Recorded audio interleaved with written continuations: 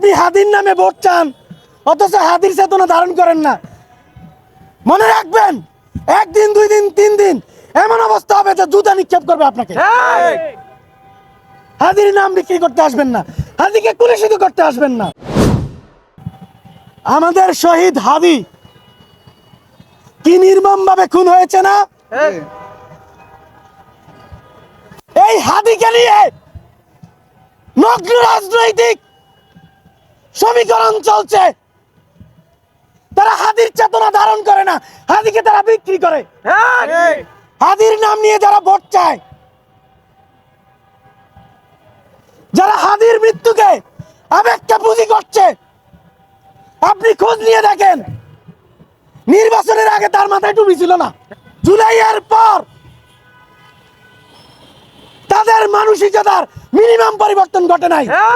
তার যদি লজ্জা থাকতো, সভ্য হইতো, তাহলে উন্নত রাষ্ট্রের মতো মন্ত্রিত্ব থেকে পদত্যাগ করতো। অথচ তাকে জুতা নিক্ষেপ করা বাকি ছিল। এইরকম অসভ্যদের ভিড়ে এখনো বাংলাদেশ পড়ে আছে।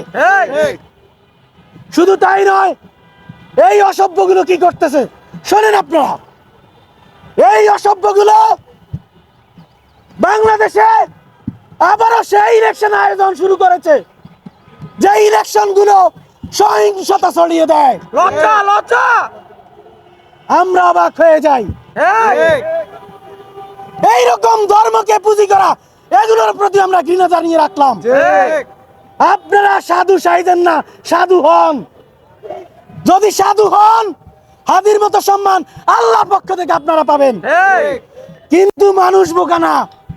আপনি হাদির নামে ভোট চান, অথচ হাদির চেতনা ধারণ করেন না। মনে রাখবেন, একদিন, 2 দিন, 3 দিন এমন অবস্থা হবে যে জুতা নিক্ষেপ করবে আপনাকে। হাদির নাম বিক্রি করতে আসবেন না, হাদিকে কুলুষিত করতে আসবেন না। আমরা এই বিষয়গুলো দেখতে পাচ্ছি। আমরা বলতে চাই, এই বাংলাদেশে এখন পর্যন্ত গণহত্যার বিচার হয় নাই। হাদি হত্যার বিচার, এইটা নিয়ে কোনো মাথা ব্যথা নাই। শুধু মাথা ব্যথা হাদির লাশকে পুঁজি করে কিভাবে ভোটের বাক্স বাড়ানো যায়। এগুলো বন্ধ করেন। এগুলো করার মাধ্যমে বাংলাদেশে হাদির যে চেতনা, জুলাইয়ের যে চেতনা, এটার বিষয়ে বাংলাদেশ মিস মেসেজ নেয় এবং এটা কুলুষিত হয়। এই কুলুষিত করার অধিকার তোমাকে কেউ দেয় নাই। যদি এই জিনিসটা করা হয়, জুলাই যোদ্ধারা কিন্তু ঘরে বসে থাকবে না। জুলাই যোদ্ধারা আজকে সারা বাংলাদেশে কেন এত আক্রমণের শিকার হচ্ছে? জুলাই যোদ্ধা সুরভিকে রাতের আধারে তুলে নিয়ে গেছে। এই সুরভির বয়স 18 হয় নাই, তাকে রিমান্ডে নিয়েছে। তীব্র প্রতিবাদের মুখে তার রিমান্ড তারা বাতিল করতে বাধ্য হয়। যে পুলিশ তার রিমান্ডের আবেদন করেছে, সেই পুলিশকে এখনো কেন আটক করা হয় নাই? আটক করা কেন হয় নাই? কারণ এই পুলিশ, এই যে সেটআপ, এই পুরো সেটআপটা এখনো প্যাসিবাদের সেটআপে চলছে। তারা শুধু অপেক্ষায় আছে কখন দেশে একটা ভালনারেবল সিচুয়েশন আসবে। আসার সাথে সাথে তারা ঝাঁপিয়ে পড়বে আবার প্যাসিবাদের পুনরুত্থানে। অথচ এই অথর্ব সরকার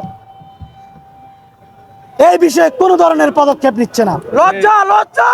শুধু তাই না, আমরা অবাক হয়ে গেছি, এতগুলো রাজনৈতিক দল তারা জাতীয় পার্টি সহ এক ইলেকশনে যাচ্ছে।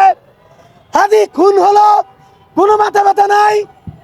সুরভীরা অ্যারেস্ট রিমান্ডে যায়, কোনো মাথা ব্যথা নাই। জুলাই যোদ্ধাদের জীবন আজকে নবনিকাপাতে, কোনো মাথা ব্যথা নাই। দেশে দুর্নীতিতে ভরে গেছে, কোনো মাথা ব্যথা নাই। জুলাই বিপ্লব ব্যাহত হয়ে গেছে, কোনো মাথা ব্যথা নাই। সারা বাংলাদেশ অস্থির হয়ে আছে, কোনো মাথা ব্যথা নাই। তাদের শুধু এখন একটাই দরকার, তাদের শুধু ক্ষমতার দরকার।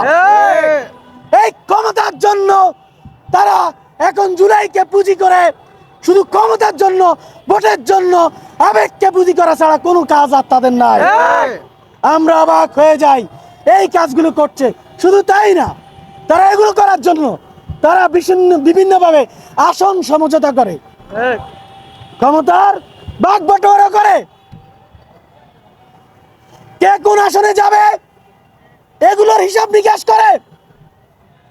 এগুলোই তাদের এখন একমাত্র কাজ হয়ে পড়েছে। আমরা যারা জুলাই এনেছি আপনাদের এই নাটক সিনেমা দেখার জন্য জীবন বাজি রেখে আমরা রাজপথে নামি না। আপনাদের শত কোটিপতি হওয়া থেকে হাজার কোটিপতি হওয়ার লাইন তৈরি করার জন্য জীবন দেই নাই। আমরা জীবন দিয়েছি এদেশে একটা সভ্য রাজনৈতিক কালচার আনার জন্য। আমরা জীবন দিয়েছি মহান মুক্তিযুদ্ধের ন্যায় বিচারের সেই ধারণা প্রতিষ্ঠিত করার জন্য। আমরা জীবন দিয়েছি বৈষম্যমুক্ত বাংলাদেশ প্রতিষ্ঠা করার জন্য। আপনারা দেখেছেন জাতিসংঘের অধিবেশনে আমাদের বৈষম্য বিরোধী আন্দোলন থেকে গঠন হওয়া রাষ্ট্রের প্রধান উপদেষ্টা ডক্টর ইউনূস এক সুনির্দিষ্ট 3টা দলকে বগল দাবা করে জাতিসংঘে নিয়ে গেছে। লজ্জা! আমাদের প্রশ্ন, এই 3টা ছাড়া কোনো রাজনৈতিক দল নাই বাংলাদেশে? তাহলে আপনি কেন বিশেষ 3টা দলকে বিশেষ সুবিধা দিলেন? এই বৈষম্য করার জন্য যুদ্ধ করেছি না, আপনারা সেগুলো ক্রিয়েট করেছেন। আমরা এই বাংলাদেশ দেখার জন্য যুদ্ধ করি নাই। আপনি এখনো যদি কোনো সরকারি দপ্তরে যান, টাকা ছাড়া কাজ হয় না, বদলি বাণিজ্য, ঘুষ বাণিজ্য, দুর্নীতি, এগুলো কোনোটা কি বন্ধ হয়েছে? না। এদেশের মানুষ যে আকাঙ্ক্ষার জন্য জীবন দিতে রাস্তায় নেমেছে, একটা আকাঙ্ক্ষা বাস্তবায়ন হয়েছে? না। নতুন করে তারা আরেক নাটক শুরু করেছে। সেই নাটকটা কি? তারা জুলাই যোদ্ধাদের নামে তারা কোটা সৃষ্টি করে চট্টগ্রাম বন্দরে নিয়োগ দিছে। আপনারা জানেন? আপনারা জানেন চট্টগ্রামে 9 জনকে তারা কোটা দিয়ে চাকরি দিয়েছে জুলাই যোদ্ধা নামে। আমরা প্রশ্ন করতে চাই, এই জুলাইয়ের কেউ কি কোটার জন্য আন্দোলন করেছে? চাকরিতে বিশেষ সুবিধা পাওয়ার জন্য কেউ রাজপথে নেমেছে? তাহলে এই নাটক বাংলাদেশে কে শুরু করেছে? এই নাটক বাংলাদেশে শুরু করার রাইট তাদের কে দিয়েছে? আমরা কি জুলাই যোদ্ধার কোটা চেয়েছি? না। এগুলো করার মাধ্যমে তারা মুক্তিযুদ্ধ যেরকম বাংলাদেশের মানুষের প্রতিপক্ষ হয়েছে, যে কোটার জন্য এই জুলাইকেও বাংলাদেশের মানুষের প্রতিপক্ষ বানানোর জন্য এই কুলাঙ্গারের বাচ্চারা জুলাইকে বিতর্কিত করার জন্য জুলাই যোদ্ধা নামে কোটা চালু করেছে। আমরা এই কোটার তীব্র প্রতিবাদ জানাচ্ছি। আমরা জুলাই যোদ্ধা, আমরা কোনো কোটা চাই না। তাই না? আমরা কি কোটা চাই? না। এই কোটা না মেধা। মেধা, মেধা।